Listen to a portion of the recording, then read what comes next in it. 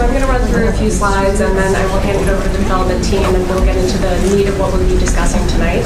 But good evening, everybody, and thank you all for joining us for this public meeting for the Gillette Redevelopment Plan Development Area Master Plan. My name is Sarah Peck, and I'm a Development Portfolio Manager with the Development Review Division at the Planning Department, and I am the Project Manager for this project.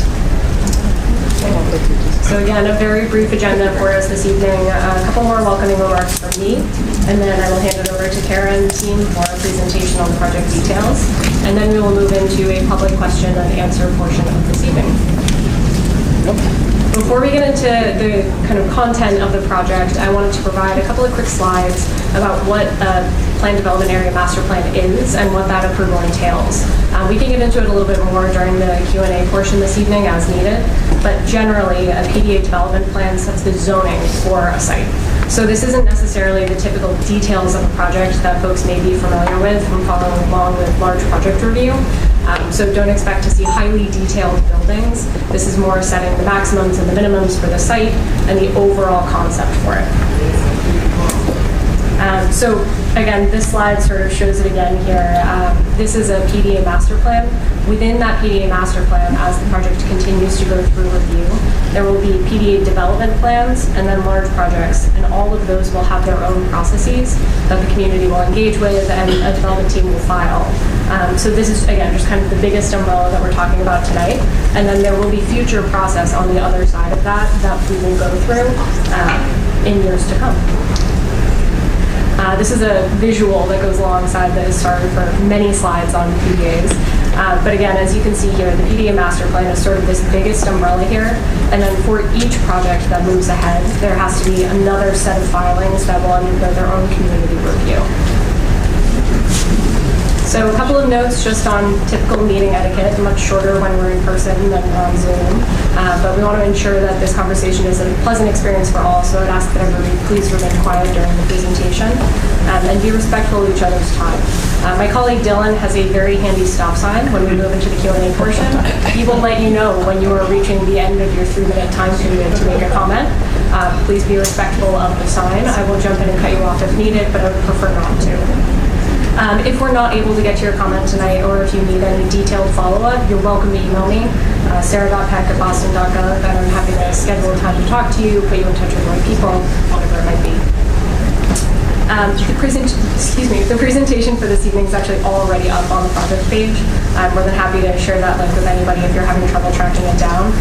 This meeting is being recorded tonight, so if you're uncomfortable being recorded, please just be aware of that before you step up to make a comment. And the comment period for this project is open through June 12th. So please submit any written comments to me by that date. You're welcome to do it either on the project page, which again, I'm happy to send you. Feel free to email me. It's also available if you scan any of the QR codes and the little trifolds that are around the room. That will take you right to the project page. All right, and with that, I'm going to hand it over to the development team. Thanks, everybody. Good evening, everyone.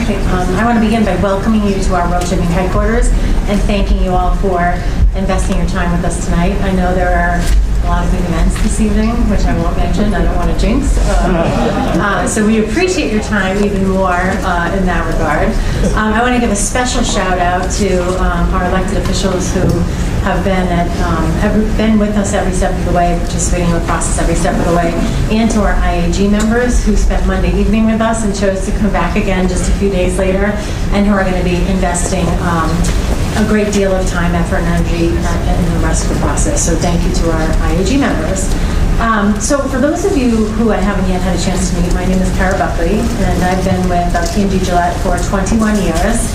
I always like to say that it's hard for me to believe that because it really feels like it's been a blink.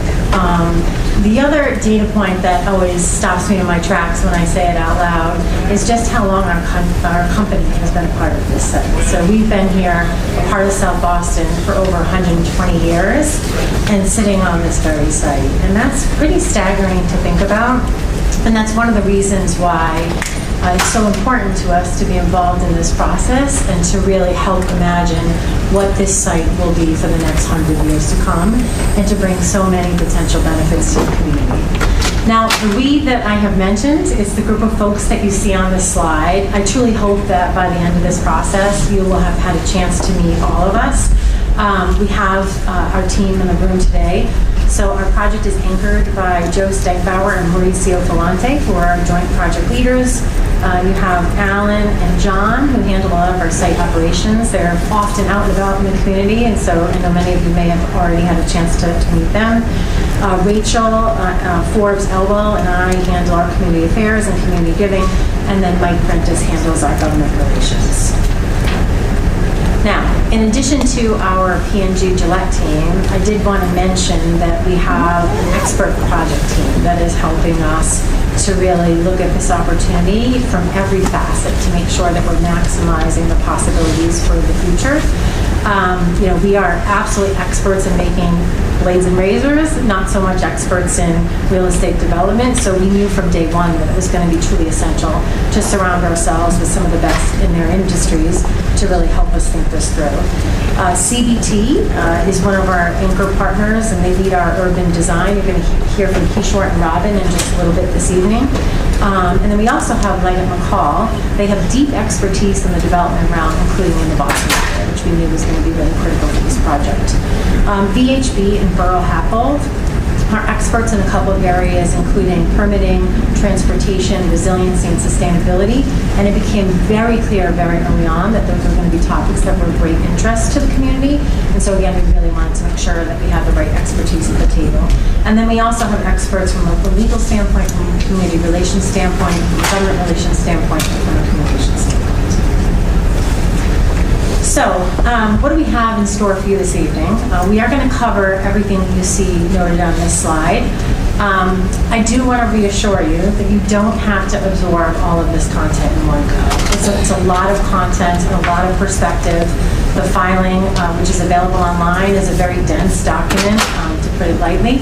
And so we did, when we embarked on this process, very intentionally schedule 4 meetings up front, 2 IAG meetings and 2 public meetings, to make sure that there was an opportunity to absorb the content over time. And so if you sit through this tonight and you think, gosh, I'd really like to hear it again, you're welcome to come back for the next set of meetings. We'd love to have you. If you think of a question 2 days from now, you can come back and ask that question in one of the subsequent meetings as well. So we really want to make sure there's plenty of opportunity for you to be able to understand the vision, ask questions about the vision, and provide perspective on the vision. So I want to talk a little bit about the process that we've been through to date. We have been at this for some time now, and I'm going to bring you all the way back to fall of 2023, which is when we made an important decision related to our business. So we had previously announced that we needed to embark on a business transformation to set our business up for success for the next century to come. And a portion of that transformation related to our operations. So we looked at our operations here in Massachusetts, including this campus in South Boston and our Andover, Massachusetts campus, which has 150 acres. And we wanted to make decisions for the future. And so we concluded our decision in the fall of 2023, and we announced that we would be keeping our headquarters and technical innovation center, which is R&D and engineering, here in South Boston, and we'd be moving our manufacturing to Andover. And in making that choice, that freed up the 31-acre campus to really contemplate new uses for the future. So after we made that business announcement, we engaged in a community meeting where we wanted to start a dialogue and hear people's very early thoughts and aspirations for the site. And then from that point forward, we had a number of meetings with different community groups, different nonprofits, again, to just explore perspective, answer questions, and really contemplate the future together. We then took all of that feedback and we used it to develop a letter of intent, and we filed that in August of 2024. And then that triggered another set of meetings and workshops in which we really tried to explore different topics related to the potential future of the site through very hands-on workshops. We had incredible attendance throughout that process, which we were really, really pleased about. And then we took some time to really process what we had heard during those sessions and to really generate insights from that And we actually developed a community engagement summary that's available online if you haven't seen that on the city site or on our own project website. And then we used that to develop our preliminary master plan filing, which we filed just a few short weeks ago. And then here we are in the series of 4 meetings that I mentioned earlier. So we'll be completing those meetings in May. As Sarah mentioned, the comment period is slated to end on June 12th. We aspire to do our BCDC process over the summer. And then we would begin concurrently running state processes, the NEPA process, and the Chapter 91 process, and we anticipate that will go into the fall time frame. Then there will be much more process to come, if you want to think of a process by then, because as Sarah mentioned, this is an Article 80C process, but each individual building that comes online would have its own process in the Article 80B process. So a lot more involvement and engagement opportunities ahead. So this is the heart of why we're here today and why we're pursuing this master plan filing. The site is currently zoned as a fully commercial and industrial site with a FAR of 2.8. And it's only ever been contemplated as an industrial site. And so as we think about bringing new benefits and new important benefits like housing in particular, we knew we needed to change the zoning and to bring more density to be able to enable some of that to come to life. And so that's what this process will enable us to do, is really reimagine the site, add more density to bring some of those benefits. And this is the ultimate vision. We think this is a special site. It's located on the waterfront. It is within walking distance of 2 major transportation hubs. So it's very exciting to have those features and to contemplate changing from an industrial-only private use into something much broader than that. And so we want to reshape this site into a significant waterfront location that transforms the industrial campus into a vibrant mixed-use community that connects South Boston to the waterfront and beyond. And the perfect person to talk about that is Kishore.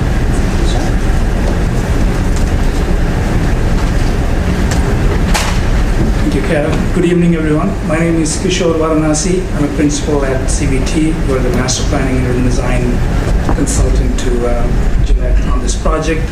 Again, really great to see so many of you. I will walk you through the design process that we went through for the planning of this site. And Robin, my colleague, will actually walk you through what's in the filing itself, that is in the master plan filing, taking the design and translating it into a zoning document. So this is the orientation of the site. The area that is hatched in blue is the site that we're talking about tonight. As Kara mentioned, this is an incredibly special site sitting right on Fort Point Channel, which is a very unique body of water in this city. We have about 48 miles of waterfront and 43 miles of harbor walk. This is a very intimate waterfront that we have compared to all the other waterfronts. So this is also in close proximity to downtown, but also surrounded by some great communities and neighborhoods. But like most industrial sites, this site has been disconnected from all of that. It was inward looking, and not many of us were able to step onto this for almost 100 years. The site is generally surrounded by A Street, West 2nd Street, Dorchester Avenue, and Fort Point Channel. There are 2 parcels that are on the outside, west side of the Dot Ave, that are also a part of the zoning petition here. It's also right close to next door to the Broadway station. It's within, majority of the site is within 5 minutes, and then some of the site is within 10 minutes. So as Kara pointed out, a perfect site for transit-oriented development. And of course, South Station is also not very far from here. As I mentioned, the site has been sort of disconnecting a number of communities given its industrial use. Now we have an opportunity to open up the site, and how do we do that is something that we want to describe in a way that it becomes a place for everyone. There's also an existing set of buildings on this site for the industrial uses that is approximately totaling up to 1.5 million square feet. So we're not starting from zero. It's actually an existing use, albeit it's industrial in nature. There are actually about 18 to 20 buildings on campus today. They may look like one building, some of them, but there are 20 buildings approximately on this campus. So I know we're going to talk about the city process, but the site is also governed by Chapter 91 of Commonwealth of Massachusetts. So we need to satisfy the requirements of that as well, in addition to going through this process. So there are different designations of areas for Chapter 91. There is a designation called Commonwealth Tidelands, which is the smallest portion that is in gray on the water, which has the most restrictive regulations, which is quite small on this site. And the private tidelands, which is the blue color, is also subject to it, which is mostly around the height and also the amount of buildings you can build on the site. That's about it. There's no requirement in private tidelands for any public open space. You can only build 50% of the site with buildings, and the rest 50% has to be open to sky. But there isn't a requirement that you need to build public space and provide public space, parks and so on and so forth. So that's about 23 acres, and the rest of the landlocked tidelands are not subject to any other regulations. They're really truly any other site in the city. So we had really an incredibly engaging community process in the last fall. I truly enjoyed it. I think it's probably one of the most interesting, diverse engagement process that we had of the development projects go. And we had a lot of information that came from that process that informed the plan making here, which I'll walk you through a little bit. So before the actual engagement, there are also a number of studies that came in and around this site. This is not the first time this area is being studied. Things such as the 100-acre plan, 4-point channel watershed activation plan, Climate Ready Boston, looking at the resilience of this area, and also larger citywide aspirations like Go Boston 2030, Imagine 2030, and so on and so forth, have all informed us in thinking about this site and its aspirations for the future of the city. In the fall itself, we had a number of types of engagements that we had, as I mentioned.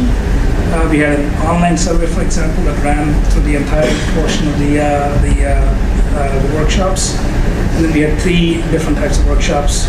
One of them was a site tour, which we did 2 days to allow people to come and walk the site with us and really tell us firsthand, looking at the site, this is what they think about some of the possibilities are. And virtual workshop 2 was very much like this, but virtual format, where there was a presentation and people in a town hall format were able to speak up and raise their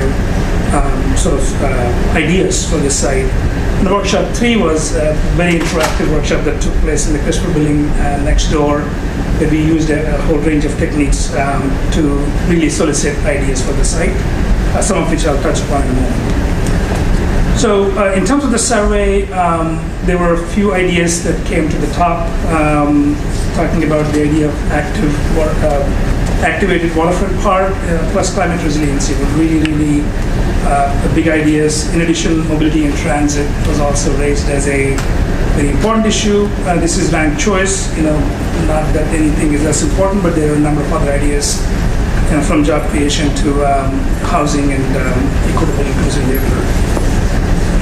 And we also had another engagement on the same night with what we call a gumball exercise, a series of photographs for the types of public amenities that the community was looking for, with people who actually can vote with gumballs. And so these are some of the images that kind of rose to the top in the process, including one of them that the community actually introduced that was not something that we introduced, which is the need for a signature civic and cultural facility that has gotten probably most number of votes in that process. And lastly, we also did a mapping exercise. We gave people who attended the workshops a 11 by 17 map and 3 dots, blue, yellow, and green, representing commercial, residential, and open space. People made plans from it, and then we had about, I think, 40 entries. We used both artificial and human intelligence to create the patterns out of that that are shown at the bottom. As you can see, what we found is that a concentration creation of a significant open space on the waterfront, but also distributing some smaller spaces throughout the project. The one next to that is the idea of distributing residential throughout the site, not concentrating it in any one location. And moving to the extreme left, commercial programs, more weighted towards the West 2nd Street and the A Street corner. And you also see the silvicultural program needs a more significant need for one directly on the waterfront. So all of that shaped the way we planned the site with this extraordinary large-scale waterfront open space, about 6.5 acres.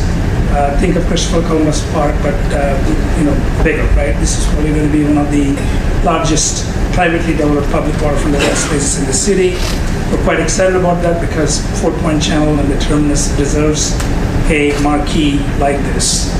Of course, the extension of the Harbor Walk, but also you see the connection back to the A Street Park in a wider aperture. In addition, a number of other connections to really make sure that the waterfront and the community are connected. Lining much of the public spaces as much as possible with residential, so we can have 18/7 ice on these spaces, particularly on the ground floors, various activities, as well as people living up above. And there are two sets of commercial uses, some along A Street and some more along 2nd Street and A Street. But in any case, we're always mixing uses between residential and commercial in all of these districts. So as a summary, once again, these are the principles that we understood as most important. I did cover most of them in this site. I just want to point out that the right three really idea that this site not feel like it's a private enclave, it's welcoming and open to everybody was very important. Housing, of course, was expressed, as Kara mentioned, the 30% housing is enabled by rezoning of this site. And of course, job creation, given the history of this site in the waterfront, as a job creator for about 125 years. Maybe we should really continue to do that.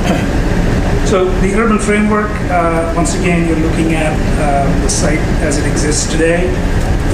Much of the site is parking lots, pervious surfaces, water runoff, etc., and industrial uses. But also, much of the site has been cut off, so a lot of the transportation movements have always had to skirt and get channelized through narrow streets like A Street and West 2nd Street. So by opening up the site, you can actually enable a better circulation through this district, not only solving the transportation requirements of this site, but the potential requirements of the surrounding context as well. So the proposed plan looks like this. You see the waterfront park as the major signature opportunity, and a series of fine-grained buildings. For every 200-250 feet, you can make a turn on any street when you can come into the site. But today, if you walk along West Street, you can't West 2nd Street, you can't get to this building, same as A Street. But every 2 or 3 minutes, you can make a turn and get to the site. That's the objective here. And some large apertures, some streets, some greenways all around. Opening up new streets and new connections as well. A couple of things that I want to point out in that vein. Extending the Necco Street, which currently is in this location, is contemplated to be extended through the 100-acre plan area all the way through the site. Will provide additional transportation mobility parallel to the A Street. Most other important piece of this is the yellow line, which is promoting a regional transportation opportunity that the city is focused on to have another multimodal connection on the south side of the seaport, away from Congress Summer Street to get additional capacity of transportation. This seems like an idea of a busway at this point, but the city has this concept connecting Broadway Station all the way to the Chapel. So we're facilitating that through the project, and you see a number of other connections. The opening of the West 2nd Street, which is by the way, which is in a corridor in the building, and also Baldwin Street and Mount Washington Street are all recently started before. So in terms of the three dimensions, I mentioned projects maximums from the Chapter 91 process are governed by what the Chapter 91 requires, but also given the proximity to the airport, the FAA also limits those heights. So what you're looking at are not what we're proposing, but to give you the overarching maximum governing heights that exist today. So there is a waterfront, water-dependent use zone for Chapter 91 of 100 feet that you have to leave open. You can build a water-dependent use like a like a kayak facility or something like that, but you can't build any building, commercial building or residential in that zone. So that's our waterfront open space. And then you can build incrementally away from the water. And then it's intersected by the FAA. So what is in the proposal is lower than that, with an eye towards both achieving this extraordinary open space. We're talking about 15 or 30 acres as being a combination of parks and streets and walkways, etc. on the site. So when you do that, you're only able to build on the 15 acres that is remaining. So how do you allow for the great open space? Eight of that is public park, right? And still craft the density that is required to deliver this project realistically. He's been a challenge that we took on, and I think we arrived at something that is workable in terms of the relationships, and also making sure that the open spaces get sunlight, etc. We've done all those studies. So starting on a zone that is towards the waterfront, more lower scale residential, 55 to 115 feet. And if you think about majority of the new development, it doesn't happen at this scale. Four Point Channel has the buildings of this scale. Again, we're taking advantage of Chapter 91 and are able to create smaller scale buildings, which is exciting. Scaling back towards Echo Street, buildings that are taller. Robin will walk you through the actual heights in a moment. We're also using a series of urban design devices to step those back down towards the street as well, and also orienting the buildings perpendicular with the shorter facades facing the neighborhood, so you can see the sky. Again, every 200 feet, 250 feet, you can make a turn. And then as you go towards the transit, based on the diagram that we saw, a little bit more density is concentrated in that location towards the Ave. And then we do have an out parcel, as we call the out parcel that is towards the water. Is left alone at this point as open space, but there's a very narrow parcel that we think can actually also hold a residential building right next to the Gillette station. So that Robin is going to walk you to the PDF right.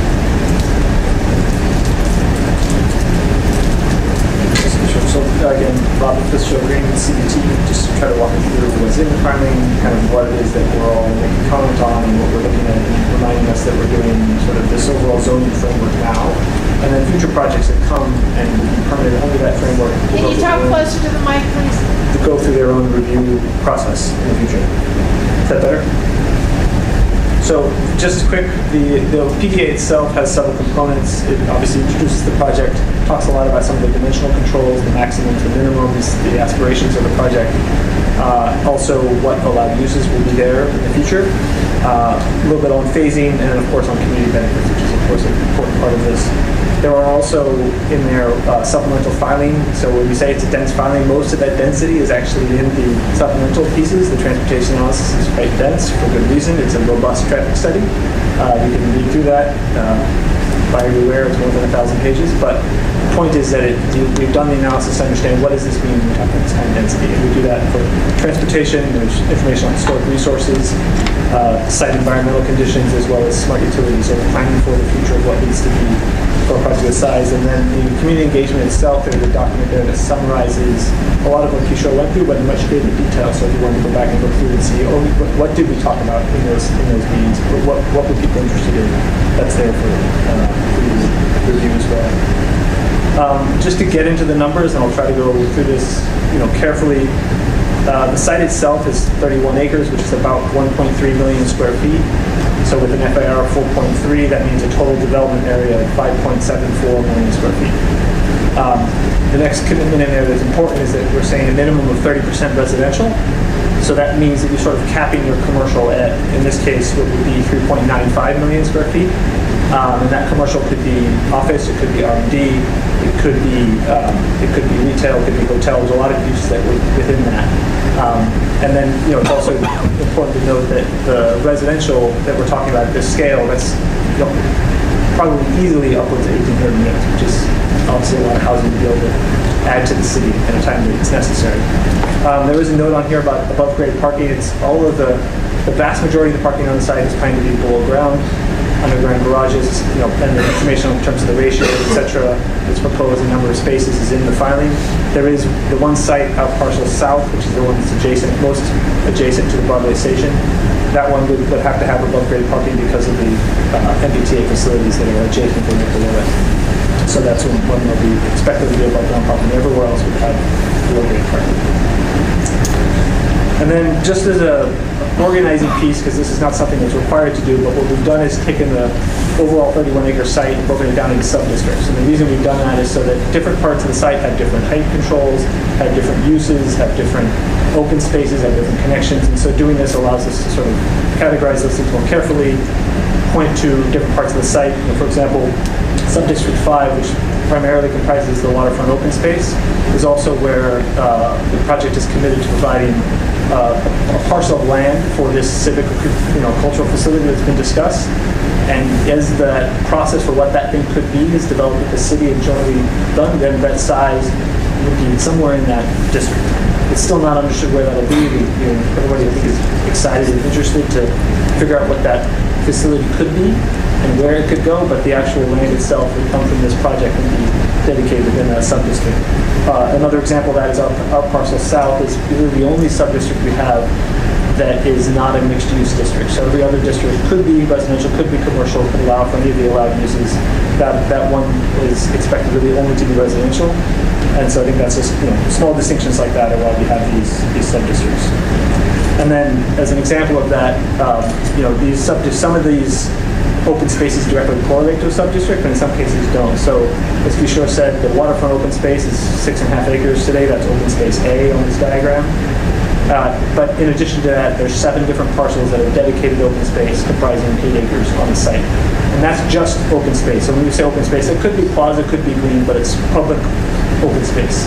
There are other additional plazas, sidewalks, streets, open areas that will be on the site that will get you above that 15 acres that Kishore mentioned, but in terms of dedicated parcels for open space, we're having about 8 acres in these 7 parcels.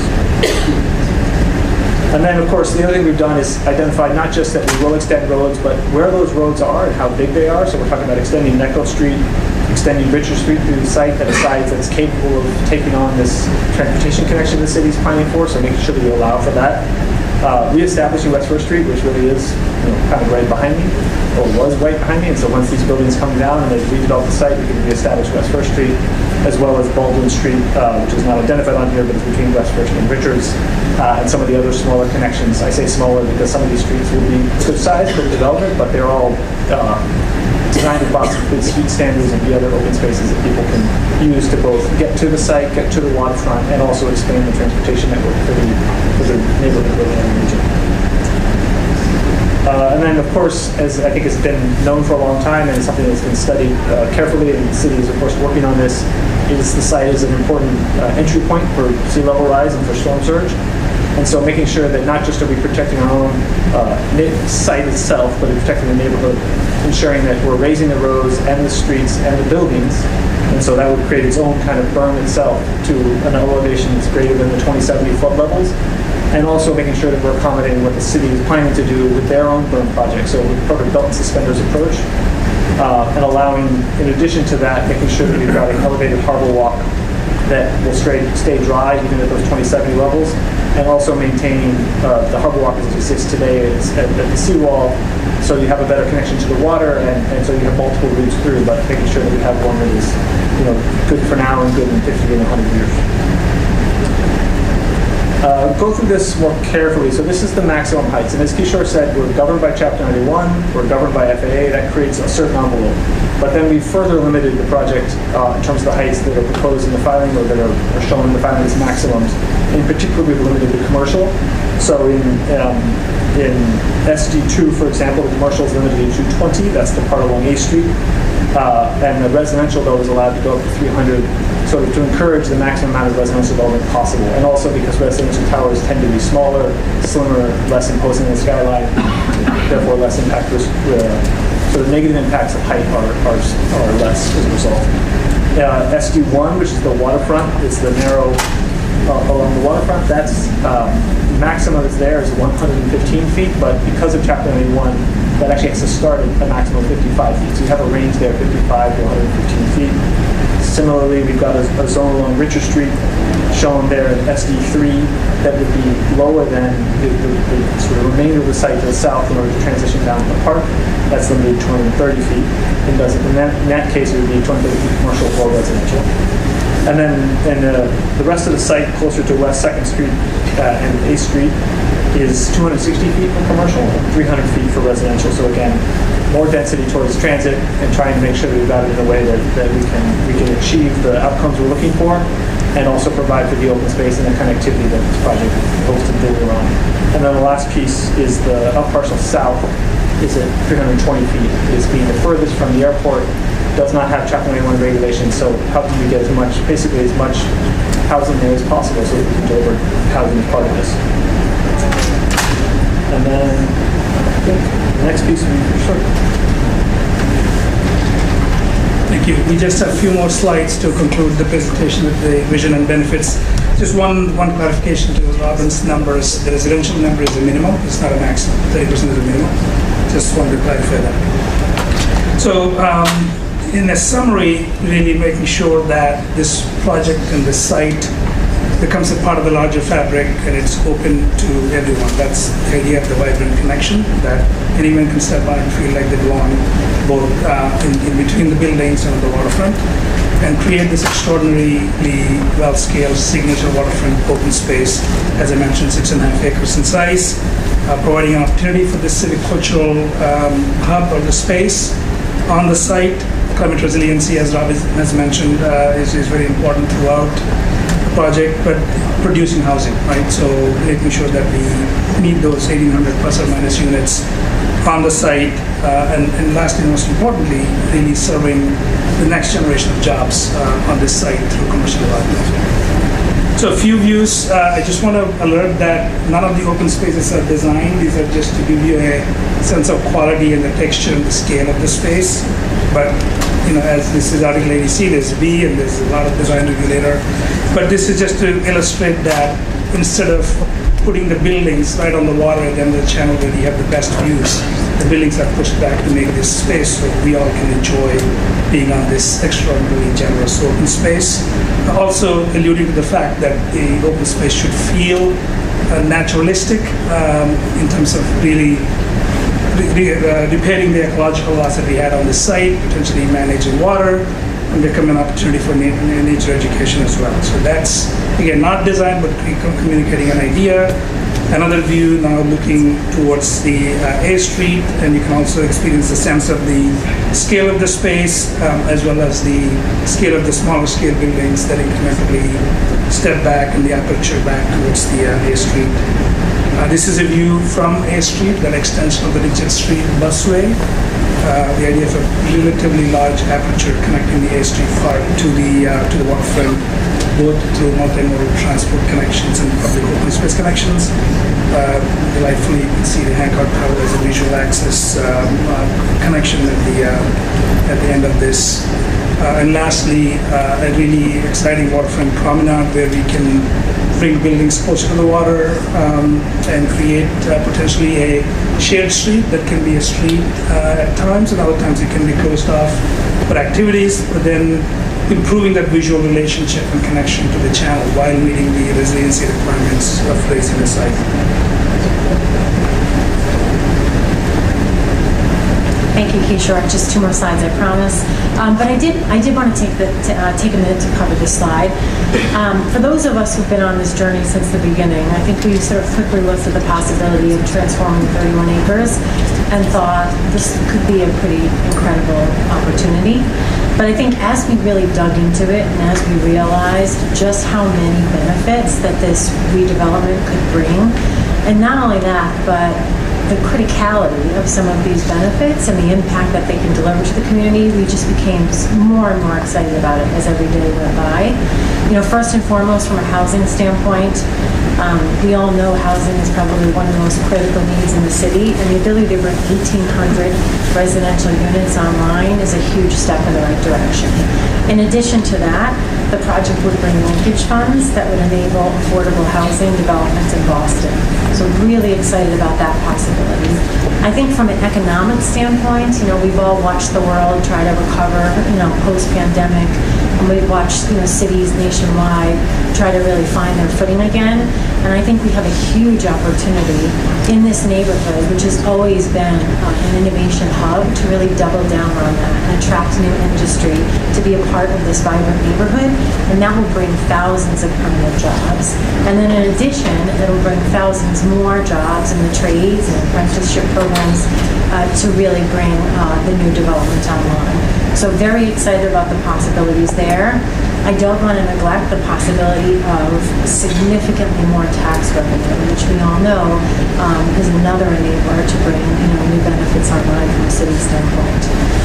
From a public realm standpoint, I will tell you personally, having been here 21 years and having talked with our neighbors, throughout that entire time, one of the things I heard the most was the desire for green space. Just how vacant of green space and park space this neighborhood is.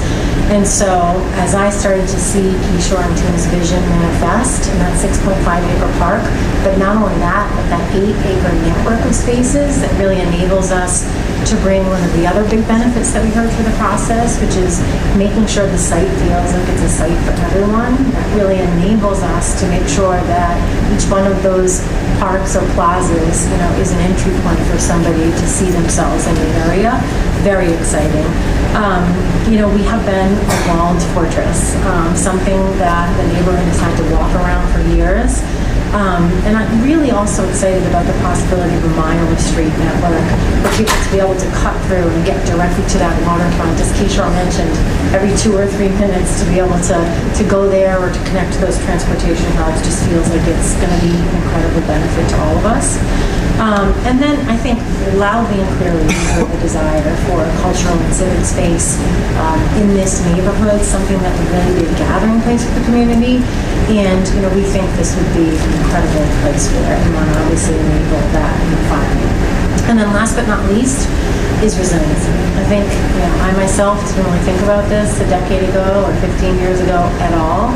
And now I think about it every day, and I think many people do, and they're sort of confronted with just how critical it is to think about it every day. And so I think we were very willing and happy to support the city's plans to develop the berm to provide some protection for the neighborhood, but the idea of really being able to build next level protection from the ground up in a way that wouldn't have been able to be achieved otherwise, I think is just a really important benefit to us. And we can also make this neighborhood a great example of best-in-class climate sustainability, to relieve urban heat challenges, and build urban infrastructure. So when you look at that full range of benefits, hopefully you can see why I and other members of our project team really just became so very excited about this. And my last slide, and I won't go through the meeting dates, but again, just wanted to put them up here for you all again, so you can take note of them. Another QR code, feel free to scan this one. This takes you to the city website, which has the full filing, the community engagement summary, all the meeting dates, and the comment link. And so just looking forward to engaging with you further tonight and hearing your thoughts. So I'll come back up to facilitate.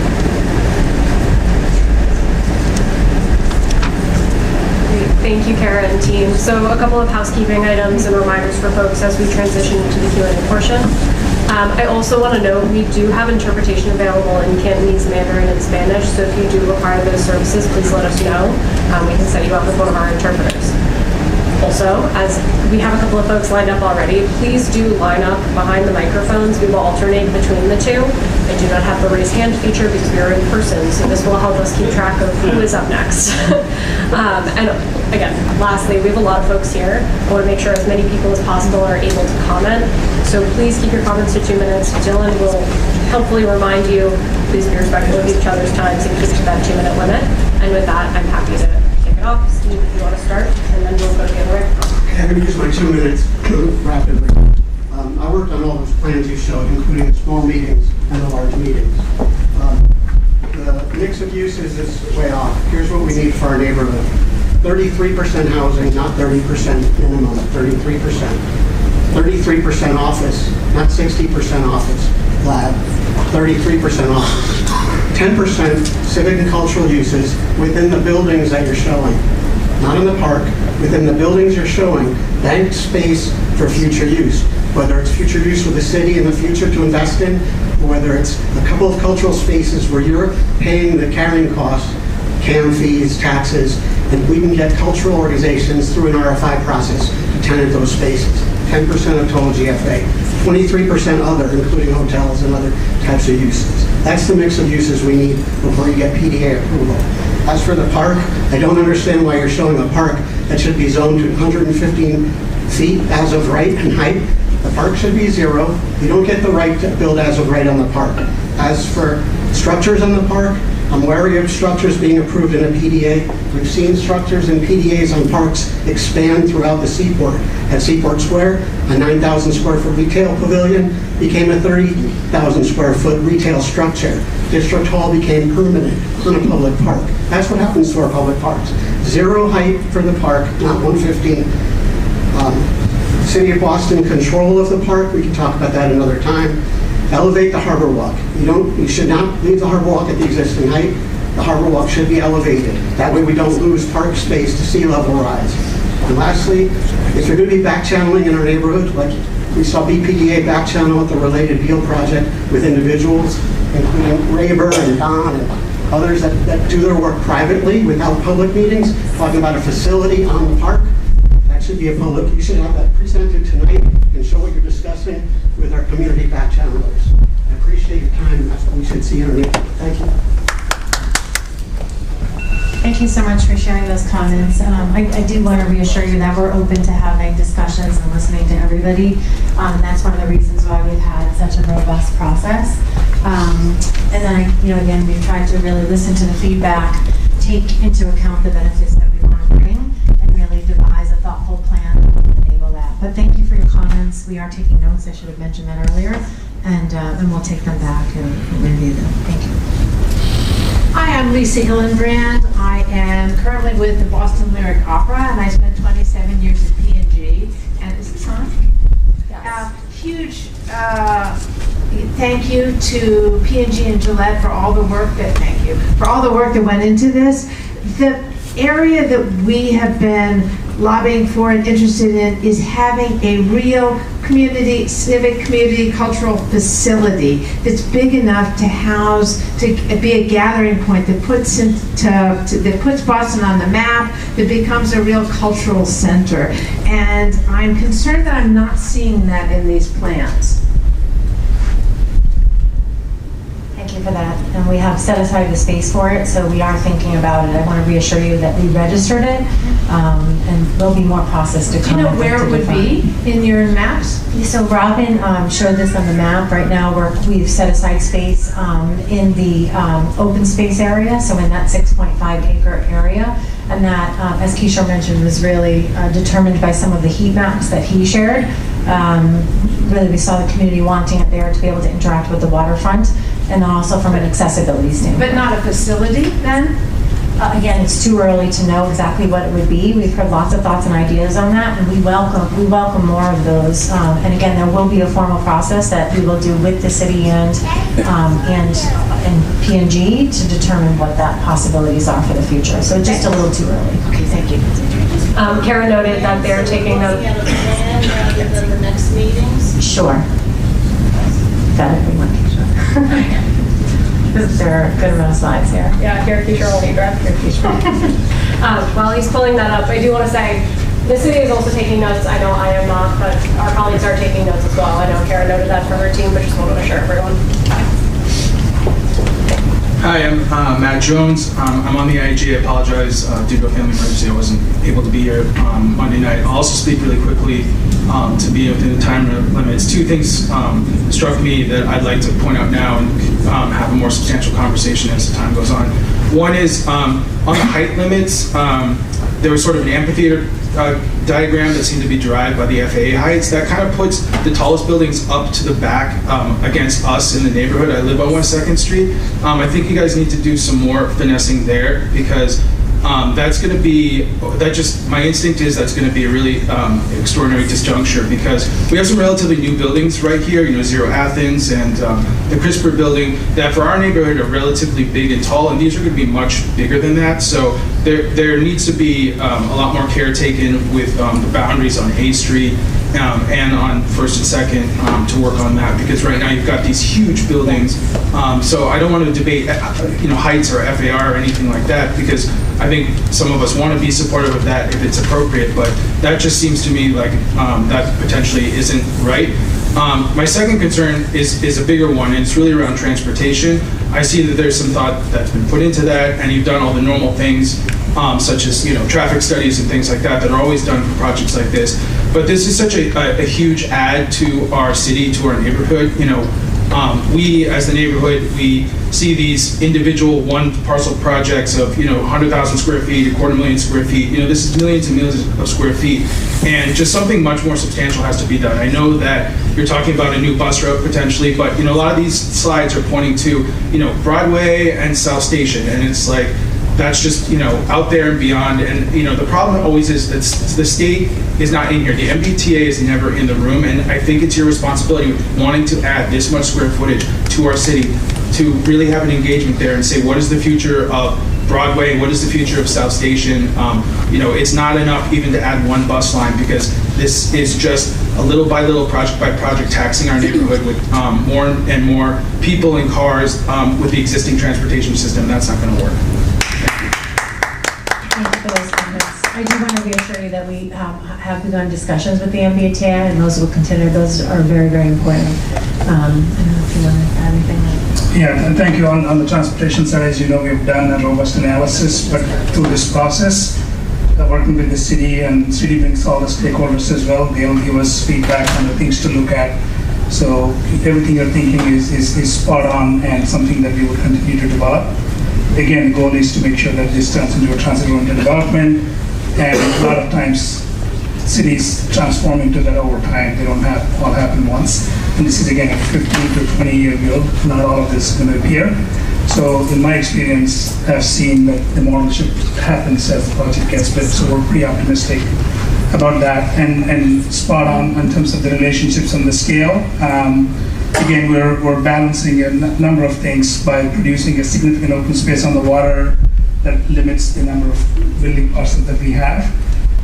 We'll eventually show you some eye-level views as well, because you don't experience the cities from an aerial perspective.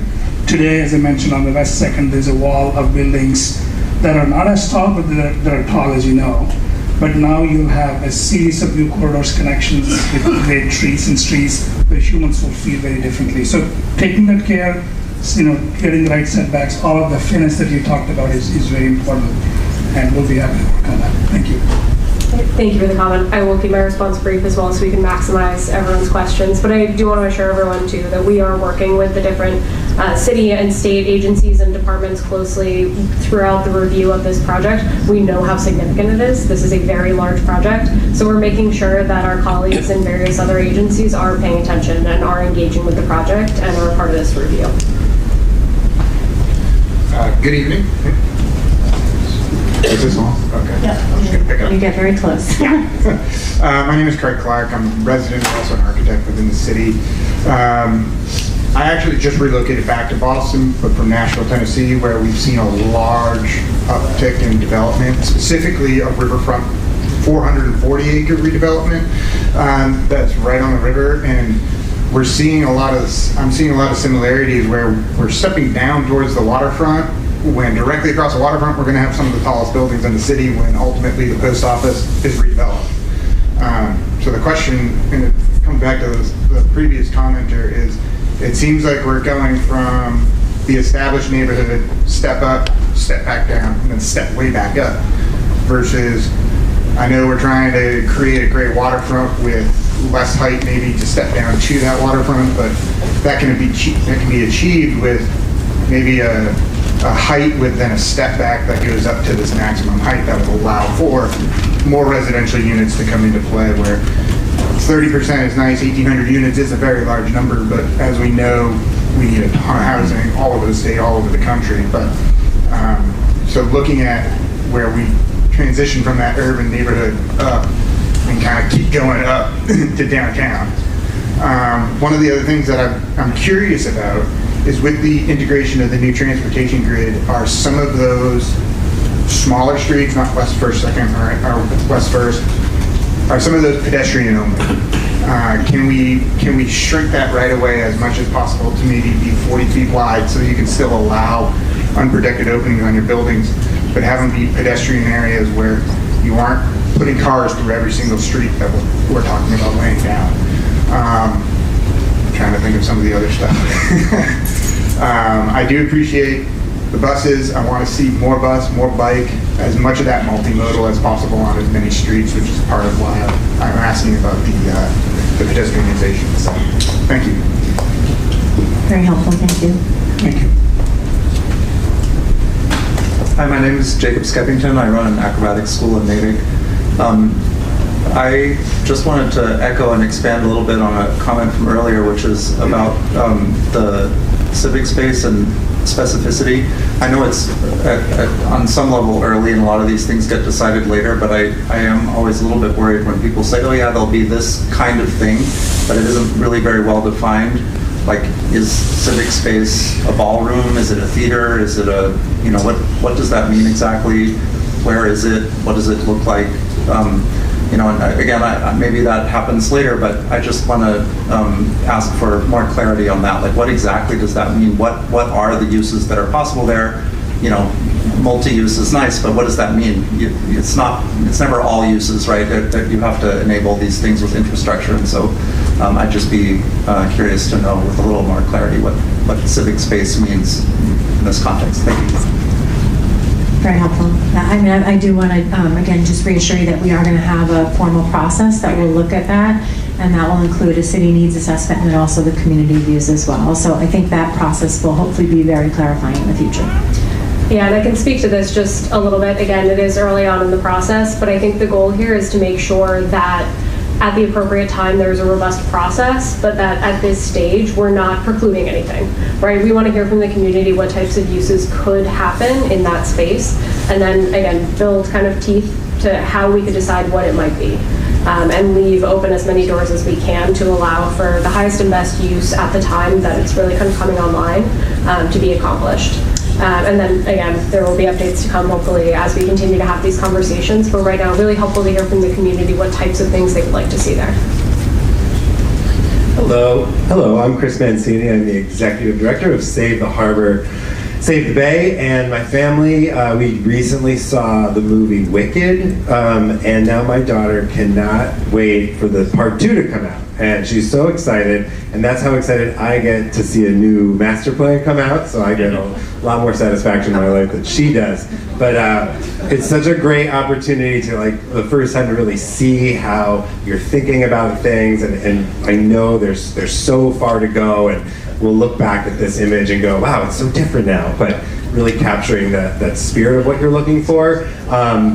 No specifics from us at this point. As you know, we are Save the Harbor, so you definitely can expect us to talk a lot about that water sheet and how people are connecting not just up to the water, but on the water. We know there's docks going in and already in other parts of the 4-point channel, so it may not be that, oh, we need another dock here.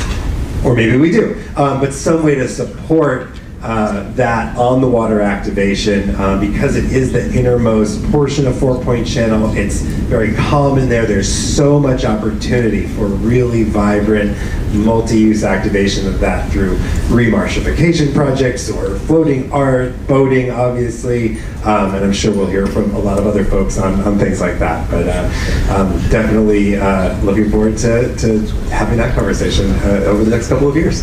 Thank you. Thank you, guys. Your passion is obvious, and I will say we heard a lot of passion for tapping into the water sheet for this as well. So, Awesome. Thank you. Hi, nice to see you again. Thanks for having us. My name is Daniel Martin Barreras. I live at 249 A Street Artists Cooperative. Not really sure where to point. We're neighbors, very close. You mentioned, I don't know if you spoke to this, and if you did, I apologize, but you mentioned 30% residential housing. Can you speak to what percentage of that would be affordable housing, and within that affordable housing, affordable artist housing? That's all I have. But I look forward to more of these, so thanks for having us. Thank you. We would be planning to follow the city's inclusionary development policy. It's a bit too early to get into specific uses at this point, but I will tell you we did register a desire to see more family housing, more veterans housing, and more artist housing as we went through the community engagement process. So we've registered those things. Again, it's too early, but a lot more to come on that. Great. Hi, everyone. Thank you for doing this. I'm Teresa Mushidi. I am an IAG member and a resident here in Fort Point. The biggest concern that I'm hearing from my neighbors is around the height, right? And I know those are ranges that you guys have offered, and the time will come when we will know for sure. But I just want to echo the concern around height, and especially toward A Street. Right? That will dwarf our existence and we'll hardly see the light. And that feels like just a copy and paste of the seaport, right? So I want to know when you guys would be sharing that. And secondly, I want you guys to really hear that from the community because that is important. Thank you for sharing that.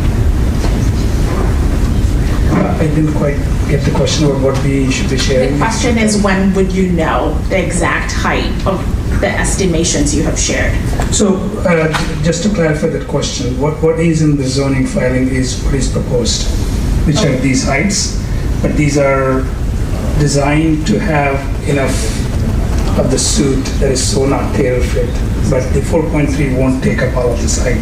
Okay. But this is designed to have that flexibility in the special permit process, that one building can be like this, the other building can be like this. As we said, we have residential and commercial. Yeah. So this is the maximum envelope, and this is what is proposed. So if, to the extent that you're approving these heights. These are the heights you're approving. Okay. Yeah, exactly. So there's no other opportunity to reconsider that, the heights that you've proposed here? Well, this is what's proposed, and that is a part of the process of understanding different considerations. The push and pull here is the amount of open space, and the Chapter 91, of course, is limiting our ability to build a lot of height towards the neighborhood, towards the water. But we've been quite responsible, and there are measures like scaling down with the step backs and all of that. But we would love to hear your comments, and we'll consider it. And at the end of the day, the opportunity of adding 30% housing that is not allowed today, open space is not required today. Yeah. All of those are being asked for, and the infrastructure that is required requires a certain amount of density to build. So how do we shape that together is the question. So we need to think about that sort of balance and push and pull, and if we're willing to push some things and pull some things. And I would also add that the silvicultural facility is not permitted as a cut use. This process would enable that as well. And so there's a lot of benefits, so it's a part of that push and pull negotiation, and how if one goes down, the other goes up, and vice versa. So these are all connected, but happy to have the conversation. And I think to that question as it relates to process, I also want to note that this is our second meeting and our second opportunity for engagement with the community since this was filed. Right, so this is still early on in the process, and we will have many more opportunities for engagement prior to this going to the board for any kind of consideration. So this isn't approved, this is just as filed. So this is absolutely the right forum for folks to come forward and flag if they have concerns around height. Right, this is the initial filing, this is round one. I know this team did some great community engagement this fall, but from the city's perspective, this is the first formal round of community engagement that we are running. Right, this is a city facilitated meeting, so we certainly want to encourage folks to come forward if they have questions, concerns. That's why we're here. So I do want to just assure everyone of that. Thank you. Hi, my name is Debbie Reddy, and I live in 8th Street, and my husband and I have lived there for 13 years.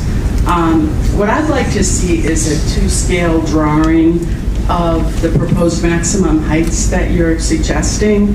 And the reason that I say that is that a 300-foot building is 28 stories. That's 4 times the height of the Christopher building, which is adjacent to this site.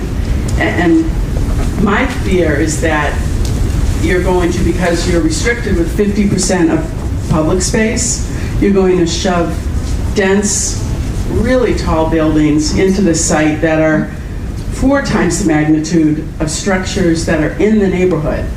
That's not going to create a neighborhood. That's going to create Manhattan. And that's something that our neighbors and us do not want. So what I'd like to see is a 2-scale drawing that shows, relative to the existing buildings in the neighborhood, these maximum height buildings and how many you're proposing. Because I really believe that if the neighborhood sees that, they will all be against that. So I would suggest that we take a hard look at, you say you want to create a neighborhood, 300 feet buildings, 28 stories just aren't going to do that. Thank you for your comments. I will tell you at the IAG meeting, folks asked for some additional visuals so people could really get a better feel when they were in different positions on the site. So that's something that we're looking at for subsequent meetings. Thank you.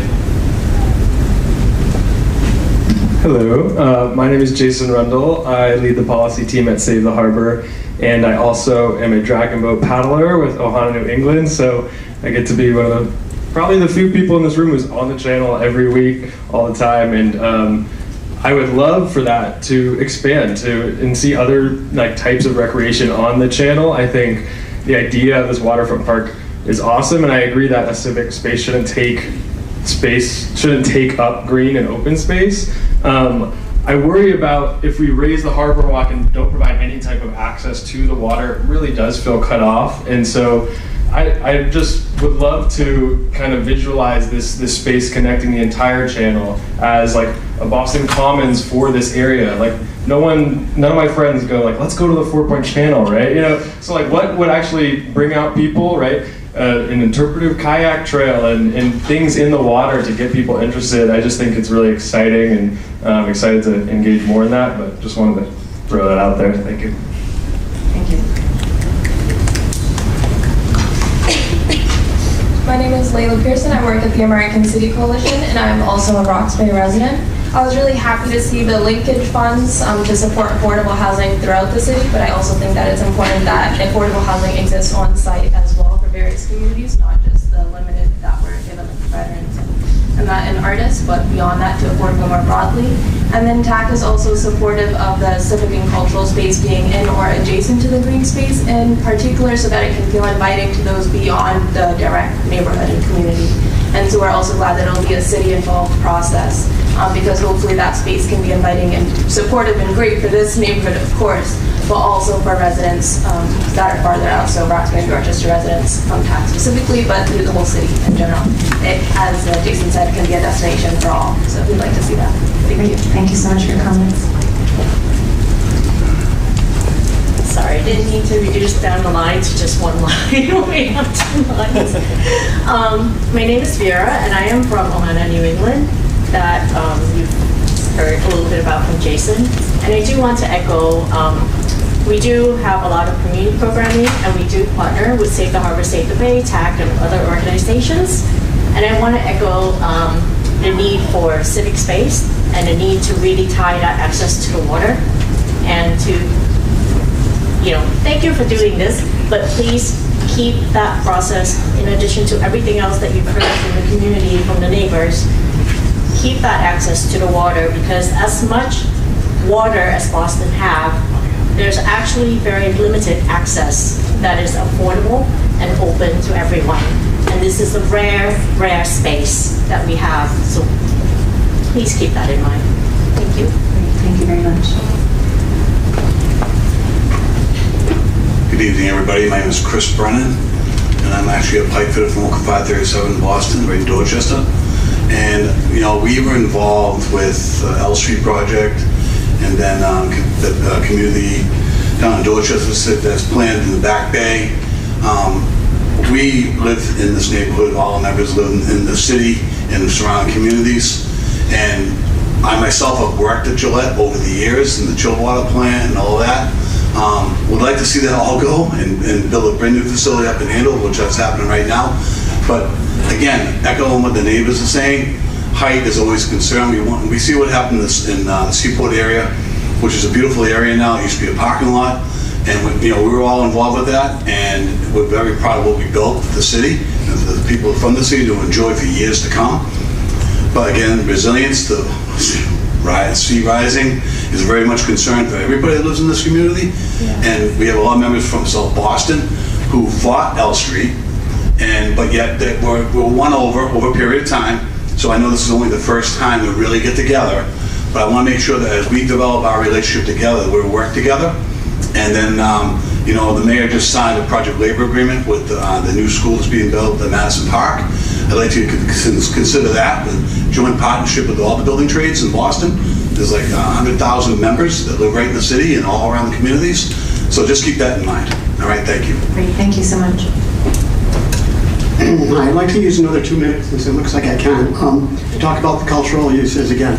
I said that it should be 10% cultural uses, that's 10% of total GFA, after you decide what the GFA is, with all these height discussions and so on, 10%. The answer to the question about why there's no client for the cultural spaces and why there's not more definition is this is a PDA process, and these buildings are going to roll out over 20 years.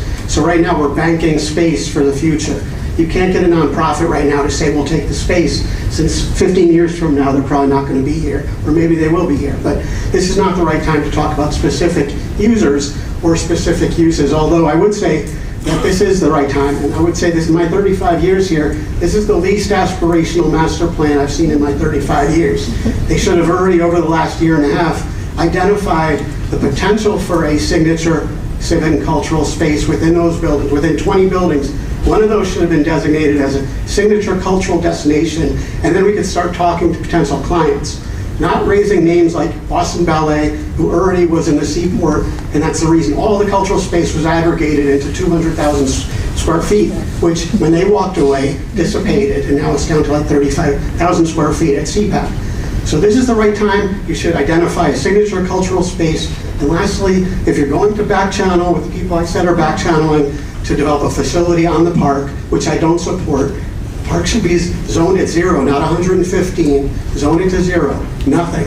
And if they are proposing a facility on the park, I want to see shadow studies at your next meeting from them and you, if you're meeting together, talking about an opera house or some kind of facility in that park where you identified it. The sun is going to be on the west. That's going to be the time we use the park. I want to see the shadow studies at your next meeting.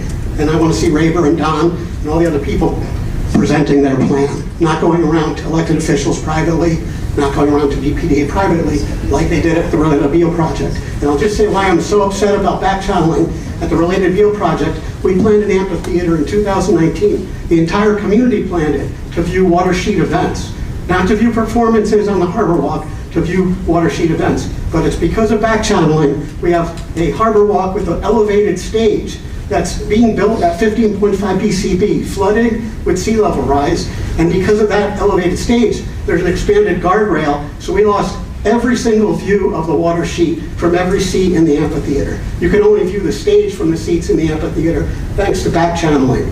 So I'm saying if you're going to back channel, have public meetings to present those ideas so the entire community can vet the ideas. Thank you again for your time.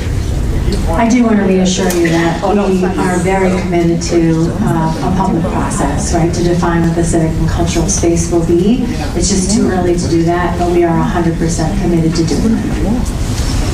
Well, Steve has got me riled up a little bit because I'm not aware that I've ever been participating in back channeling. Your name, please. Your name, please. Oh, Don Isles, a resident of the neighborhood.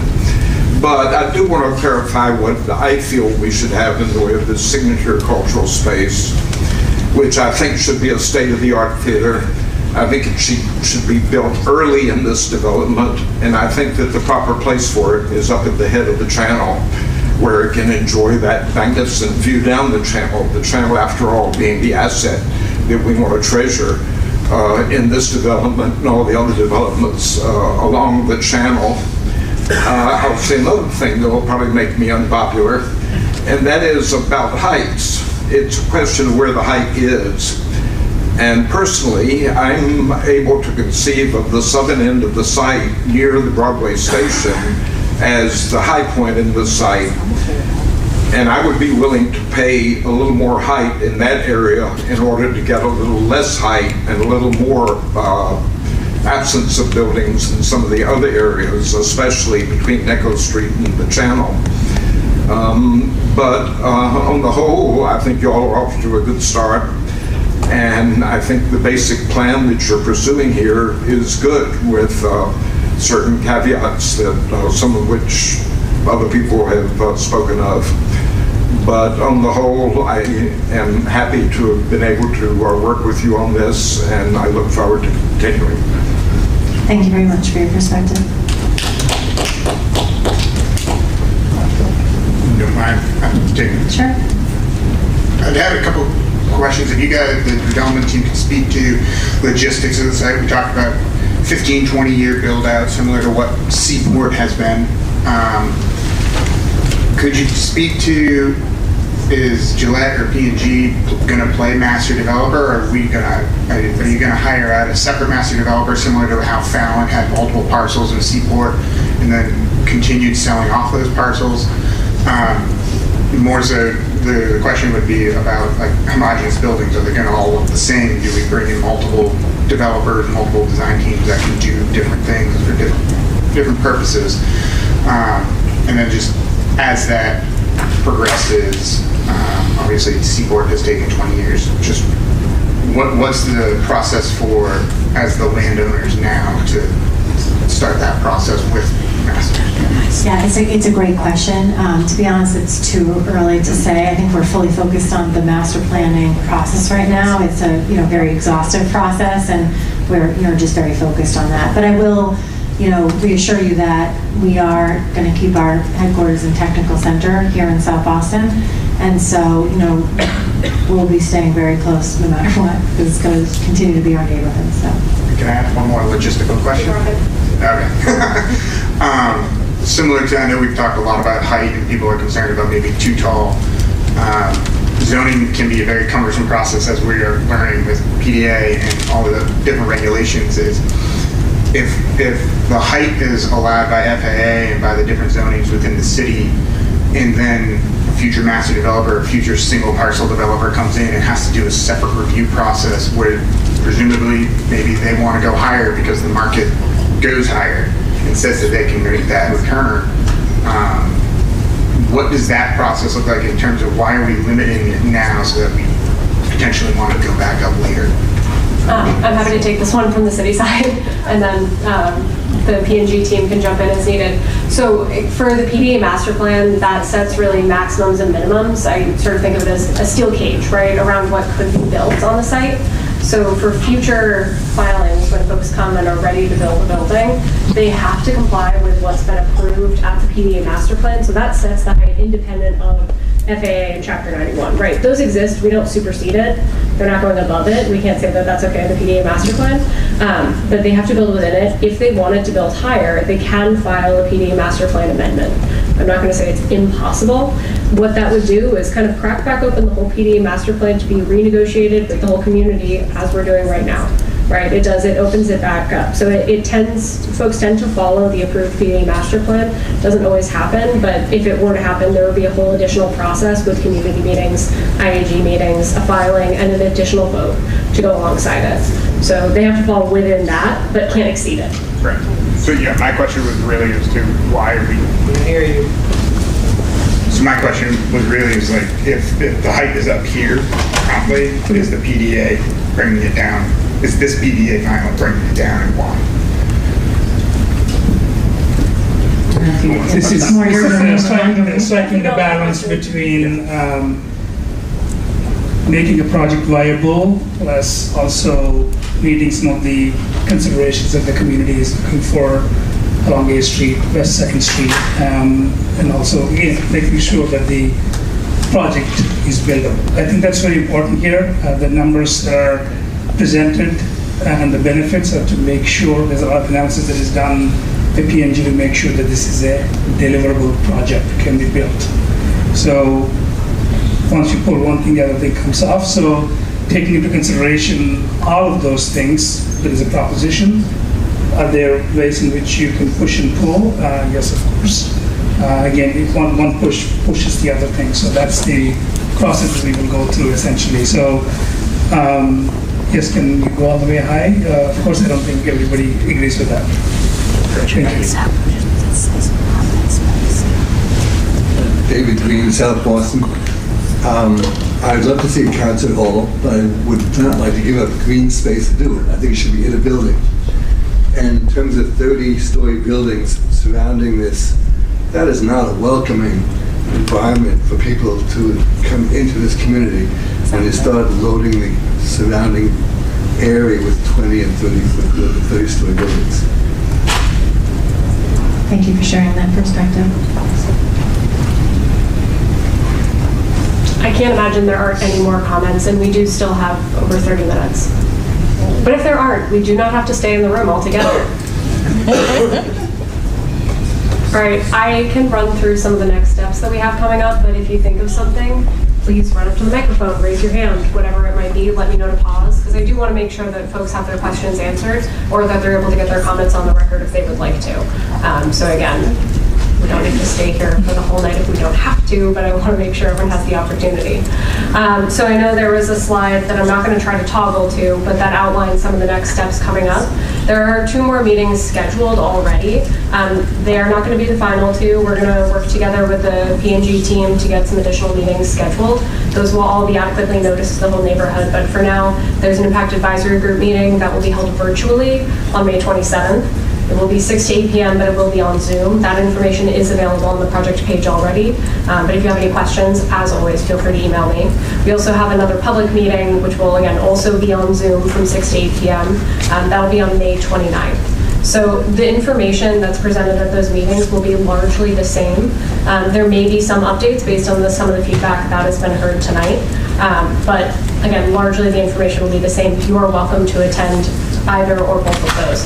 I see we may have another comment. Yeah, Please jump in. It's just a question, actually, because there's more meetings coming up, and I think this is going to start to gather a little more steam, and once people start to pay more attention, not that no one's paying attention, but I was just wondering if there's a way to extend this June 12th comment period. It's sort of right around the corner, and I haven't even digested this yet.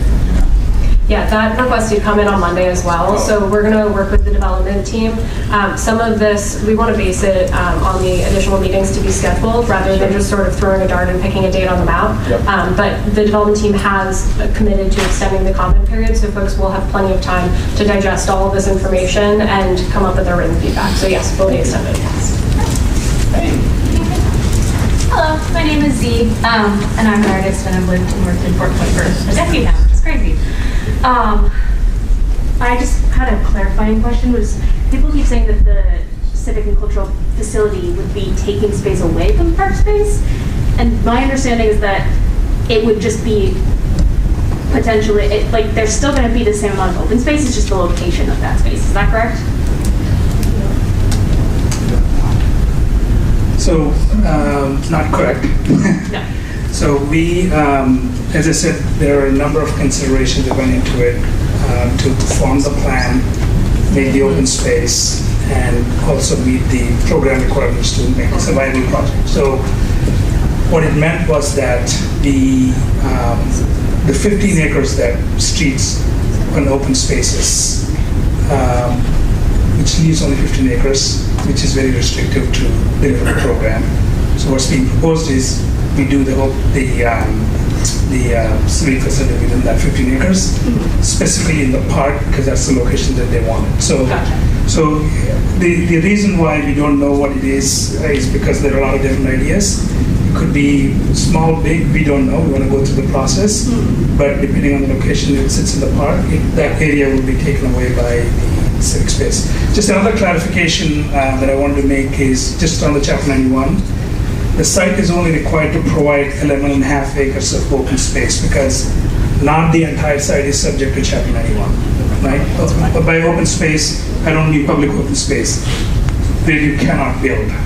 So we're doing 15 just to be in the spirit of Chapter 91, even on those 7 acres that is not subject to Chapter 91.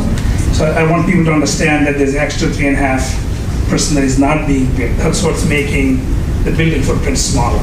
So we're using the 15 acres as a measure to then use it for the civic space to be determined. And we don't know what all that is. Thank you, that was super helpful. So I'll just go on record as saying that I think it's great, always great to have more open space, but I think that we're really being blessed with a ton of open space between other developments and now your development and you guys doing more than the bare minimum of open space. And that having a really signature civic and cultural facility would be something that this neighborhood needs, particularly given Boston's climate. Like, I spend as much time outside as I possibly can. I have the windows open as much as I possibly can, but there's so much arts and creativity and stuff in this neighborhood and throughout the city of Boston, and that this civic and cultural facility, as that begins to shape out, would be a really fantastic destination and addition to the neighborhood that can be complemented by the park, but I don't, we could just build park for days, but then what happens in the middle of the winter? Where are people making their art? All these sorts of things. So I'm pro that facility. Thank you. Go for it. Hi everyone, my name is Brandon. I'm an IAG member. 2 comments and a question. First comment, always +1 for watershed activation. The second comment is related to, I am also pro for the minimum of the housing to be the 33%, not just the 30%. And my clarifying question is, on the image on the screen, there's mock-ups and concepts of where the buildings would be. What is the bottom small right corner sliver? Because it's just a white square compared to everything else. Does that make sense, my question? You're talking about this? Yes, everything else has a concept image there and there's just a white box. It is supposed to be open space, there's no building on it. That's right. Yeah. But I don't know why we missed covering it. I should have covered it. Okay, so it is open space. Okay, sorry to be that guy, thank you.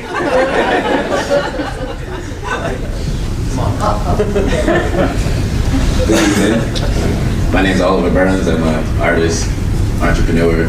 Today I'm representing Circus Up from Jamaica Plain. And I keep hearing about an opera theater and other circus, other civic spaces. I'm not sure how many of you all are familiar with Nubian Ascents, but less than 2 miles away from here, Nubian Square, there's similar development happening.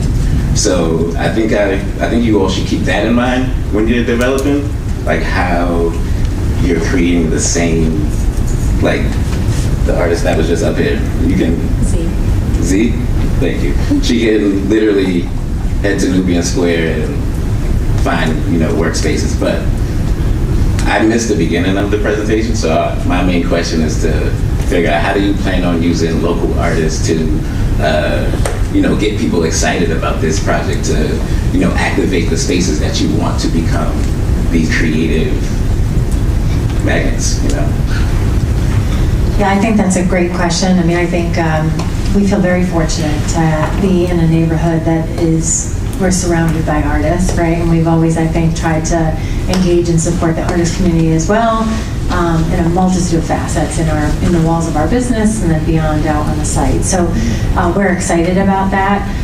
It's early days to be talking programming specifically, but I will tell you that in the community process, we heard a lot of excitement about the programming possibilities for the site, including in the arts realm. So I think lots of great opportunity ahead, just a little bit early to be getting specific on that.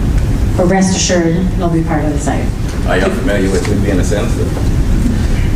I am. Thank you. Just one clarification, Brandon, that is a water dependent zone, so there could be a water dependent use in that site if people wanted. Just wanted to clarify, it doesn't have to be open space. Thank you. I'm going to grab another 2 minutes to talk about open space, and I just want to point out that open space is not a dime a dozen in our neighborhood where you can just sacrifice open space. First of all, this park that BPDA shows is not in zoning. Not only is it not in zoning, I filed a public records request and learned that USPS, the owner of this lot, wants nothing to do with the expansion of the 100 acres planned park. So this park is not in zoning, although it gets shown. These parks, you'll notice, we're trying to build a neighborhood, folks. Not only destination, but also neighborhood. You'll notice there are no ball fields, no courts, I'm not going to say pickleball because it's not good for residents right next door, but we need courts, we need sports fields, we need all sorts of uses for outdoor use. So there's an opportunity here, and Gillette happens to have a ball field, if I'm not mistaken. Is that right? Gillette, or had a ball field out here? At one point there was. Okay, but we need those kinds of uses in addition to destination. We also need a really good dog park, and we need whatever these residents of this area are going to need over here. So not only a beach, which I have no idea about, but we need to really plan this park well. Secondly, we don't want Gillette's, the future successors, the owners of these buildings, controlling this park, programming and so on. So we need another restriction where the city of Boston controls this park. We did that successfully at West First Street Park, which was part of the 100 Acres Plan, and we did that successfully at the Related Beal project, where the city, the successors are responsible for maintenance and paying for the build out of the park, but the city controls the use. We need to get that early on in this process before the PDA approval in agreement with the city, that the city will take control of this park so we own what happens on the park, not the landowner. So I am saying to people who claim that, oh, parks are a dime a dozen. And if you want to put a cultural facility here, like I said, back channel as they're talking about to Gillette already, then they need to show shadow studies, because we need to see that this park will remain in sunlight for most of the year, that we can use this park, from not in shadow from every single night, because there's some kind of opera facility over here. I think if they want an opera facility, they should have been planning it in one of these buildings. You know, I said right here, or right on that site there. That's where you build a signature cultural center on one of these two parcels. I'll leave it at that. And no one has to agree with me, but I do know what I'm talking about. Thank you.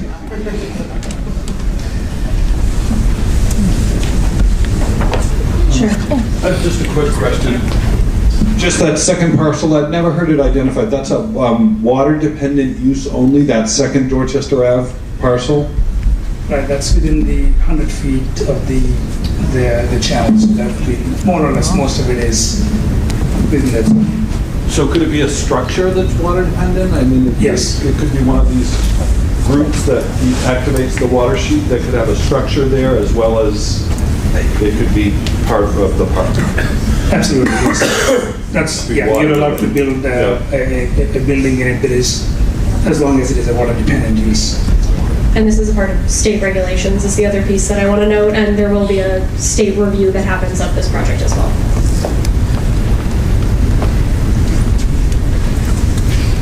Go for it. Chris Mancini, Save the Harbor again. Oh, sorry, your person's voting yet. Thank you, Chris. I'm wondering if you could talk a little bit about the municipal harbor planning process and how that either does or does not relate to the Chapter 91 regulations and the planning process more broadly.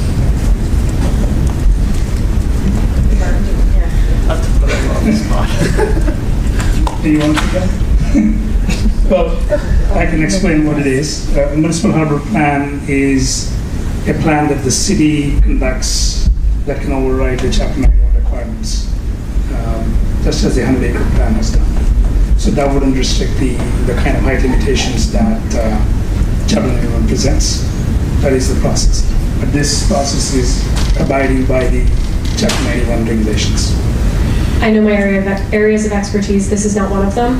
If you have additional questions around municipal harbor plans, please contact me via email. I can put you in touch with the folks for whom it is their area of expertise. Speaking personally, not as a representative of Save the Harbor, I wanted to amplify a couple of things I heard. I thought the gentleman who talked about the nearby facilities and things like that, it's something I don't always remember to think about it either, but I would really encourage you to consider that as well. You know, what are the, we used to do public planning in Somerville, and every park would be like, well, we need basketball courts, we need it, there's a go. And they would show maps of the whole city and go, well, here's where the courts are, here's where the ball fields are, here's where water fountains and water, and so you would get a sense that this park doesn't have to be everything, it has to be these things because you have those facilities. So I just thought that was a really fantastic point to consider. I also, like a lot of people, I think, raised my eyebrows when we heard, oh, here's all the open space, and then we're going to take some of it back. And then you clarified that. So I think that's a good narrative to kind of go with as you lead into that. And again, just speaking personally, like I'm the open space guy. Like I want there to be tons of open space. I do think personally there are ways that certain types of facilities can augment and can enhance open space. But I'm not advocating for or against that. I'm just saying I think there are a lot of ways to create that neighborhood, create that spirit of things. So just recommend you leave the 15 acres, and yes, some of it might get put into this or that. But yeah, again, thank you very much. Helpful, thank you. I won't start from the top with my spiel to close this out, but if anyone does come up with any additional questions, again, we do still have the time. So I want to remind everyone of my email address, sarah.peck@boston.gov. I do have an H in my name. That is the only tricky part. So if you email SARA, I probably will get back to you. But please feel free to reach out to me if you have any questions or if you'd like to set up time to discuss, specific items around this project, how to best engage with it. I want to make sure that folks have their clarifying questions answered so that when they want to write a formal comment letter, they are well informed to do so. So please let me know how I can be helpful on that front. Municipal harbor plans, I can connect you with folks who can explain them further, even if it's not my subject matter. So if anybody has any questions coming out of this, please feel free to email me. Can I say one thing? Absolutely. My name is John Pikatowski, lifelong resident, small business owner of South Boston, Indra Square in particular. I'd like to thank the planning department and the team from Procter & Gamble and Gillette. Awesome presentation. These public open meetings are very important to the community. We value them. I've read a lot of good questions and comments, and again, they're invaluable. The feedback that's presented tonight, I hope continues to future public meetings. The IAG, no doubt, is doing a great job. The recording, you may have seen me moving around with the camera. The recording can be found on South Boston, on YouTube, South Boston Beat, if anybody wants to review or replay things, what was said or tuned in late. But thank you again. Thank you so much. Thank you. Great. So, Kara, if you want to provide any closing remarks, and then I think we can wrap for this evening. Though again, if anybody wants to grab me on the side before 8 o'clock, happy to answer questions. Thank you. I just want to deliver another huge thank you to you all for coming tonight. Again, been seeing so many familiar faces in the room. I know many of you have been to many meetings with us. I think it speaks volumes about this neighborhood and this community and the city, and that we're all aspiring to make something great in the future. So thank you again for all your comments. Keep sending them our way, and we hope to see you lots in the future. Thank you. Thank you, everyone.